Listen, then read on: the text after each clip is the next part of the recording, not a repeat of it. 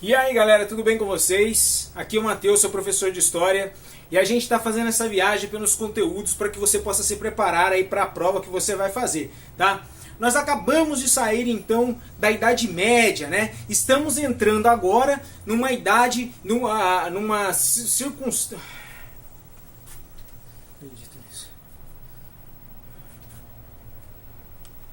E aí pessoal, tudo bem com vocês? Aqui é Matheus, seu professor de História, e nós vamos aqui para uma aula agora sobre o absolutismo e o mercantilismo. É um período que acontece logo após ali do nascimento das cidades, né? No momento em que a Idade Média já está acabando, né? E o absolutismo e o mercantilismo, eles estão muito ligados um com o outro e com a situação que a gente viu nessas aulas todas aqui. Vamos fazer vamos recapitular rapidinho aqui. Como era a situação da Idade Média? A Idade Média, as terras eram divididas. Com terras divididas, você tem o quê? Poderio dividido. Os poderes estão divididos, então estão nas mãos dos senhores dessas terras, né? Aqui, neste momento, o poder vai se tornar absoluto. Lembre-se disso, absoluto. Então, por isso, nós vamos reconhecer este período como absolutismo. Um período diferente do feudalismo, onde o poder era dividido, onde os senhores feudais tinham seu próprio exército e o rei dependia destes exércitos para se defender.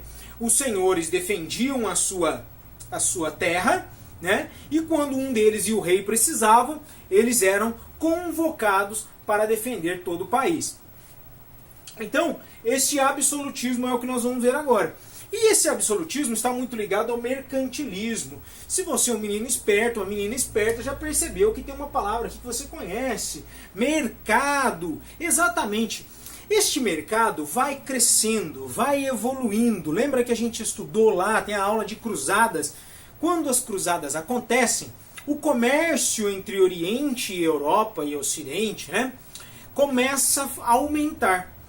Não é mais a base da troca, agora é a base de comprar e vender. Surge então as cidades, com as cidades a nova classe, a burguesa, né, que é nascida nos burgos. Tem aula aqui para você tirar suas dúvidas, né? Então o que acontece? Neste momento aqui, vai acontecer um pacto, né, entre a burguesia, que é essa classe que domina o mercado, os negócios, a compra e venda, e a realeza, o rei, né? Isso vai acontecer. Bom, recapitulando, na última aula a gente viu que graças à Guerra dos 100 Anos, a França saiu muito mais unida. Percebam bem que isso que está acontecendo de um poder centralizado é um processo. Mais tarde, nessa aula que está aqui, a Guerra das Duas Rosas, a Inglaterra também se unificou em torno dali, com a pacificação em torno de uma casa só, de uma família. Então o poder naturalmente está indo centralizar. Para reforçar este processo, realeza e burguesia vão entrar em um acordo, vão fazer um pacto. Mas um pacto, professor, o que cada um vai ganhar? Porque tem que ser assim, né? É uma mão lava a outra e assim a gente vai. O rei, ele busca centralizar o poder. Por que centralizar o poder? Percebam você que se ele deixar as terras divididas, se ele deixar várias pessoas tomando conta das terras do país dele, né? Ele tem menos capacidade de adquirir impostos. Por quê? Porque os impostos eram pagos dentro das terras. Quem recebia? Os senhores feudais. Então o rei pensou, falou, mas assim não tá legal. Não é melhor eu controlar isso tudo sozinho? Mas como é que eu vou controlar? O rei uniu-se então à burguesia, que queria o quê? Ampliar o comércio. Por quê? Porque com essa divisão de terras, cada feudo vai ser administrado de uma forma. Cada feudo, imagine o Brasil dividido, não só, vamos imaginar menor, o estado de São Paulo, né, dividido ainda bem menores, e cada cidade pensando de um jeito. Né? Se você mudasse para uma cidade vizinha ou fosse vender alguma coisa na cidade vizinha, você teria que submeter aquilo ali às novas regras, a uma moeda diferente, a uma lei diferente. Então isso atrapalhava muito. Perceba aqui, o sistema feudal atrapalha o mercantilismo, atrapalha, é entrave, né? Eu preciso levar minha mercadoria, mas não dá, porque naquela terra exige isso, exige aquilo e tal, e tal, e tal. E o rei pensando também em controlar mais para arrecadar mais, né? O poderio dele aumenta. Agora, como que ele consegue isso? Ele consegue formando um exército financiado pela burguesia, né? Ele consegue, com o dinheiro, com interesses múltiplos aqui do rei e da burguesia, ele consegue financiar um exército para ele. Vale lembrar também que os povos lá nas cruzadas que eram inimigos passaram assim, logo depois do fim das cruzadas, a serem parceiros comerciais. Então estava muito mais fácil. A Europa estava mais tranquila, né? Então o rei não precisava mais de tantos senhores feudais, ele poderia concentrar no poder. Tempos de paz e prosperidade, né? A burguesia financia o poder do rei então, certo? Esse é o acordo. E junto com isso, uma nova mentalidade vai surgir ali na Europa, o mercantilismo.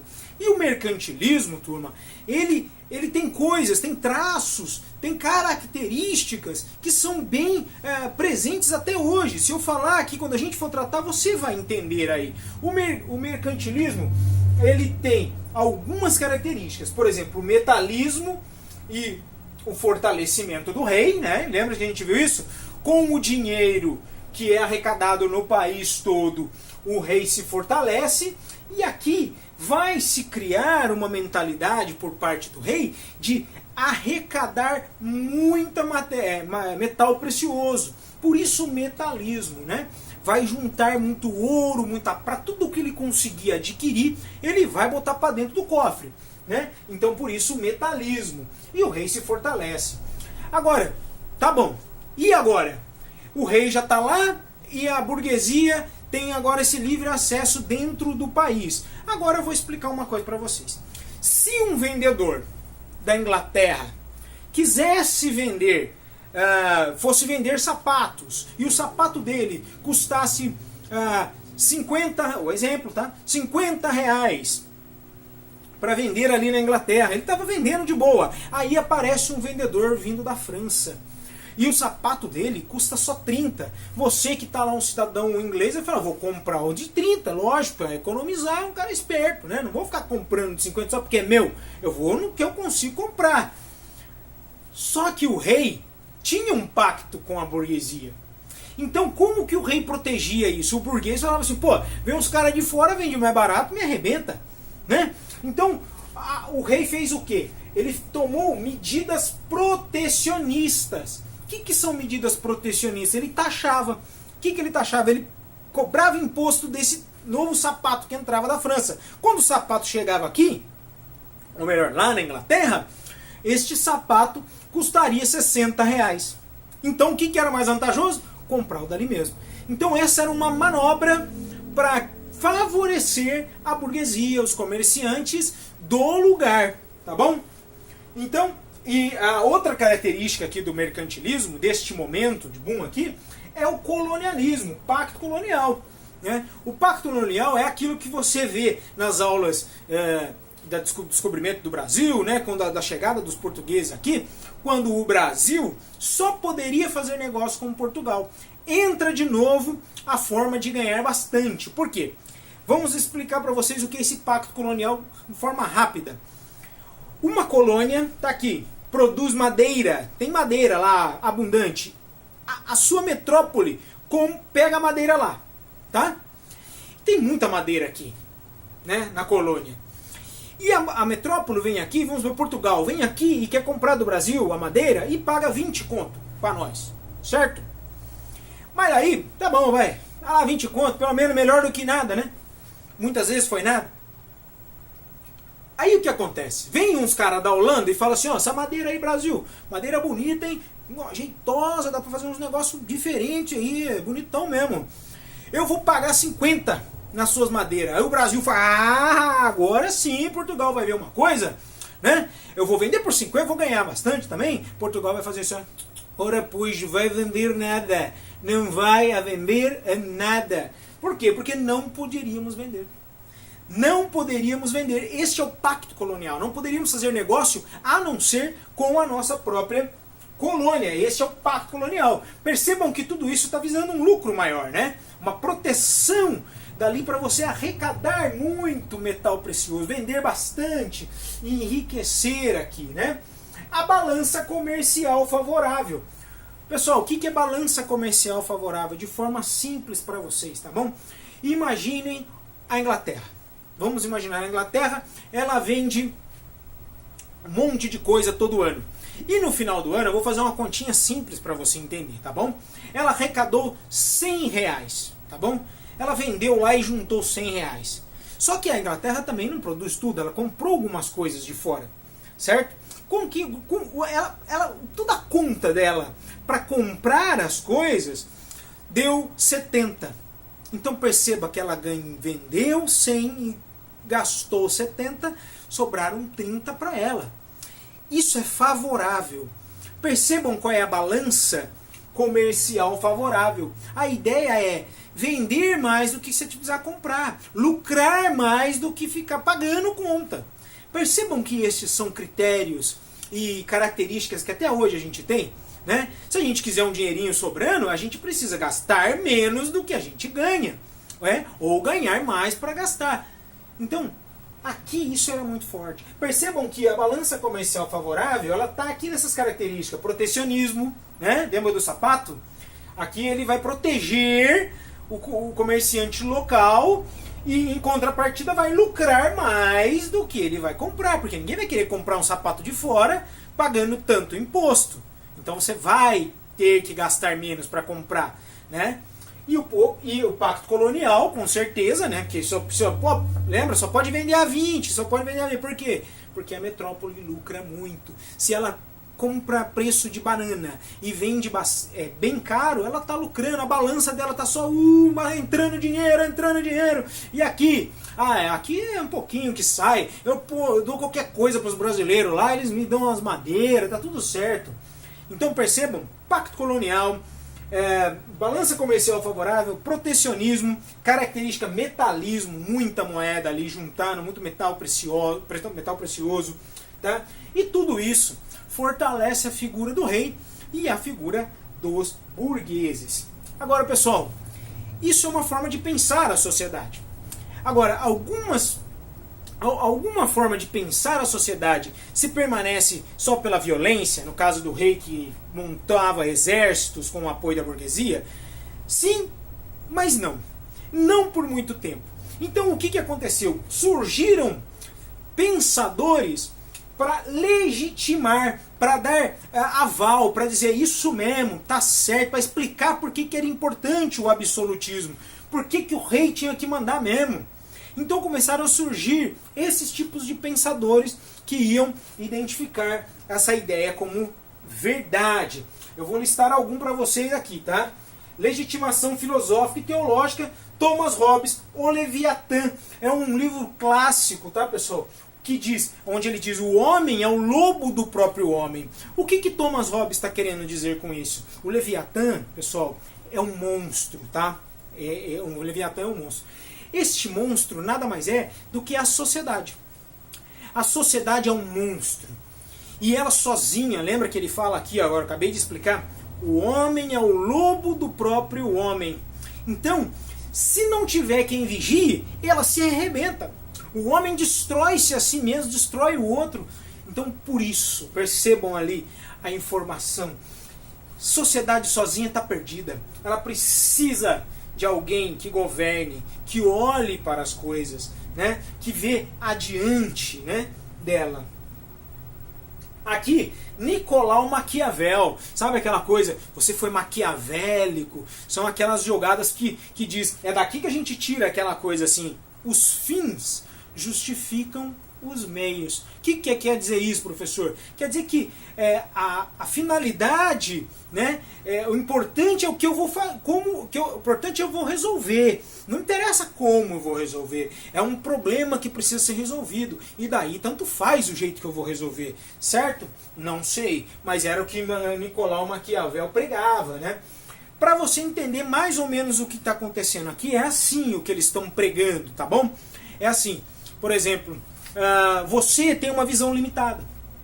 O príncipe, que é o nome do livro do Nicolau Maquiavel, é quem está acima das outras pessoas e consegue identificar as necessidades. Você está abaixo. Você não consegue olhar a sociedade como um todo. O príncipe, sim. Então percebam que o príncipe começa a ter um aval. A realeza começa a ter garantias de que ela pode governar, né? Porque é importante, lembra de Thomas Hobbes, o Leviatã, que alguém cuide deste monstro, porque esse monstro vai acabar se devorando. O homem é o lobo do próprio homem. Nicolau Maquiavel, o príncipe, e os fins justificam os meios. Por exemplo, você está aí, mas não sabe o que o seu vizinho está fazendo agora, né? Alguém precisa fiscalizar vocês dois. Então, quando o rei manda matar alguém, você não sabe por quê, mas ele está fazendo para o seu bem. Entende? É essa a noção filosófica que vai dando sustentação para a ideia de que o rei tem que ser um poder absoluto, né? Mas não foram só filósofos, nós tivemos também teólogos. Jacques Doucet, com a política tirada das sagradas escrituras, né? Aqui ele vai trazer a ideia, por exemplo, do Velho Testamento, onde aparecem ali inúmeras noções em que o rei é indicado por Deus, né? Ele pega aquele contexto da Bíblia e joga aqui para a sociedade, seja ela qual for, tá bom? Então aqui ele vai defender o direito divino do rei, né? O direito divino. Lembrem vocês, nas aulas aqui que a gente já colocou, que a igreja falava que você tinha uma classe social e você não poderia mudar de classe social. Por quê? Porque Deus tinha falado. É mais ou menos o que vai acontecer aqui. Só que então, você não pode questionar o rei. Por quê? Porque é um direito divino o que está acontecendo. Deus colocou ele ali. Ele é um gastão. Ele só faz bobagem. Ele não está nem aí pro... Mas Deus quis assim. Cuidado, né? Tem muito disso e já existia. As coisas não eram bem assim. Jean Baudin. A soberania é um poder perpétuo e ilimitado, devendo apenas respeitar a lei divina. Percebam só que está aqui. A soberania é um poder perpétuo e ilimitado, devendo apenas respeitar a lei divina. Ele está querendo dizer o quê? Que a soberania, sim, é muito importante e ela é respaldada pela lei divina. E o rei só deve respeitar a lei divina. E quem ditava a lei divina? A igreja. Vocês estão conseguindo entender? Ele é soberano, ele é perpétuo e ilimitado. Esse é o rei. Ele deve estar apenas debaixo da lei divina. Então eu e você, ou um parlamento, ou uma pessoa, sociedade, não pode dizer, por exemplo, para o rei que ele está errado, né? Só Deus diz para o rei que ele está errado, tá bom? E nós temos aqui um clássico exemplo de um rei absolutista que deu muito errado, né? Isso a gente vai ver melhor quando a gente for estudar a Revolução Francesa. Aqui, na França, Luís XIV, ele chegou ao ponto de dizer l'État c'est moi, ou seja, o Estado sou eu, né? Eu sou a França, foi o que ele falou. Perceba onde o absolutismo chegou, né? Ele não era mais parte da França, ele era a própria França. Tanto que ele é conhecido como o Rei Sol, né? O grande rei, né? E ele arrebentou com o seu povo em impostos para construir um pequeno palácio. Um palácio pequeno, o Palácio de Versalhes. Rapaziada, gente, tudo é enorme, é maravilhoso, é lindo. Mas para construir aquilo, ele judiou muito da sua população. Judiou muito do povo, né? Então este tipo de postura é exatamente o que o absolutismo é. Eu sou um rei absoluto. Percebam aqui, ó, Jean Baudin falando aqui, ó, ele fala, é perpétuo e ilimitado. Imagina o ego do sujeito aqui, não é não?